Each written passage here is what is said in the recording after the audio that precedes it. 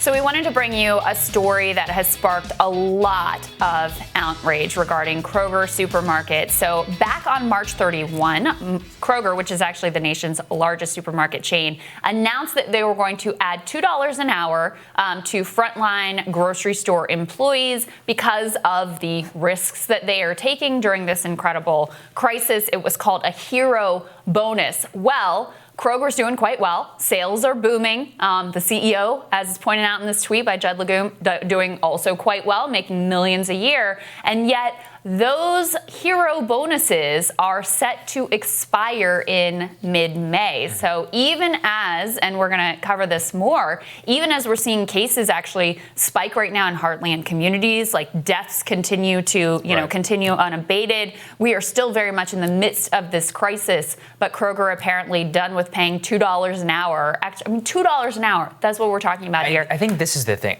This is what I want to focus on, is this isn't just a Kroger failure. Because again, I do not blame companies who are just getting destroyed. Who knows how many incurred costs Kroger and all these other people have had to absorb. And I'm not saying that these people are perfect actors, but this is not their fault. This is the government's fault. We are the ones who basically just offloaded onto these grocery stores. They're like, just keep going. But we're not going to give you any extra money or personal protective equipment. And you know what? This is why I'm such a big fan of the Mitt Romney plan, which is it still makes these companies kick in 1/4 of the wages. Right. So the additional $12 per hour. Right. It makes them pay the $3 per extra hour mandatory wise, and also kicks in the extra $9. Yes. And I like that too. I mean, look, I think it is about corporate greed. I think we have seen bad actors, if you look at the meat processing industry, not providing, protective gear, forcing people to work even when they're sick, demanding that we reopen the plants even though they're having these massive outbreaks. Like, we are seeing corporate greed as a major factor here. I do want to put up the Kroger statement, though.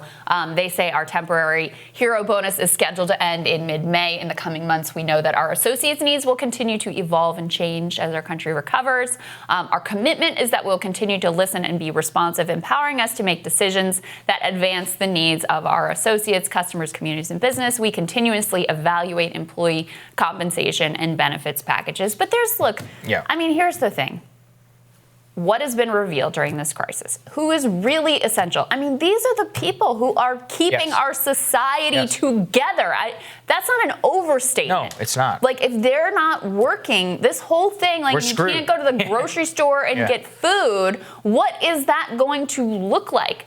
And so, yes, it's failures on every level. It is corporate greed. Sales at Kroger apparently up. Look, you're right. We don't know what their profit margin is, but sales at Kroger are apparently up. They were able to pay this $2 an hour hero bonus for a while. I guess they've decided these folks aren't heroes anymore. And then it is a failure at the government level, too, where it shouldn't be. You're right. It shouldn't be on every individual company, right? That puts you at a competitive disadvantage. I would hope that more of these individuals, these CEOs, would want to do well by their employees, but we all know the reality that that's not the case. Government doesn't come in to do anything for these essential workers who, again, are keeping the society from collapsing. And so here we are. Yeah, and that's the most unconscionable part to me, which is that, corporate greed, that's an old-time story. That's not something that is going to be... What can be fixed is we can actually compel them to pay their workers more, and we can kick in some wages in order to make sure that these people understand.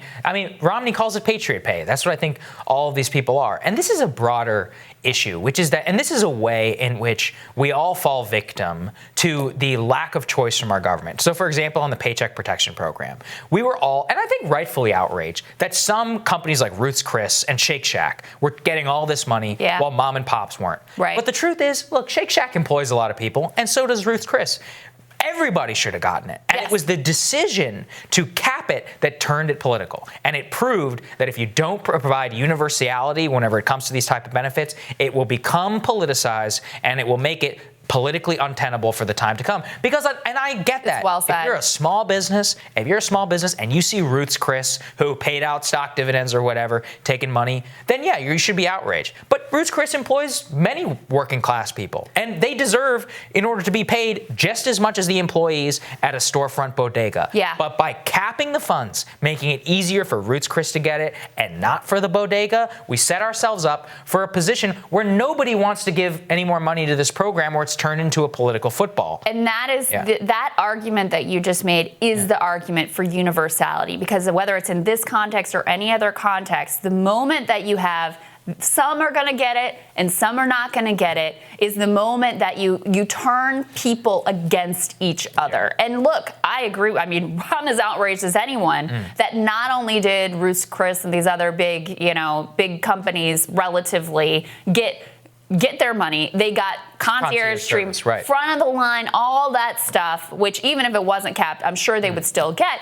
But you could deal with that if everyone was going to get help that they needed to actually keep their businesses afloat. The thing that creates that division and that outrage is when it's picking winners and losers. Some businesses are worthy, some businesses aren't worthy, and that is the story of America writ large, not just with this particular program, but in general. Yeah, I think it's a very important political lesson. It's one I've certainly internalized as a result of this, because I talk to people who are implementing PPP, and they're like, God, the media, they're going after us on this thing, and I'm like, you got to understand, by capping this program, you guys set it up this way.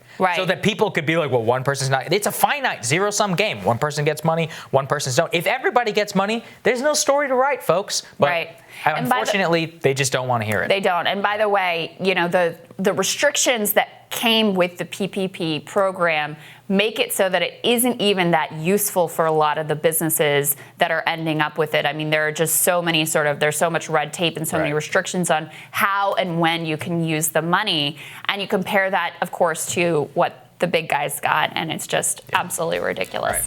All right, we're going to have more Rising for you after this.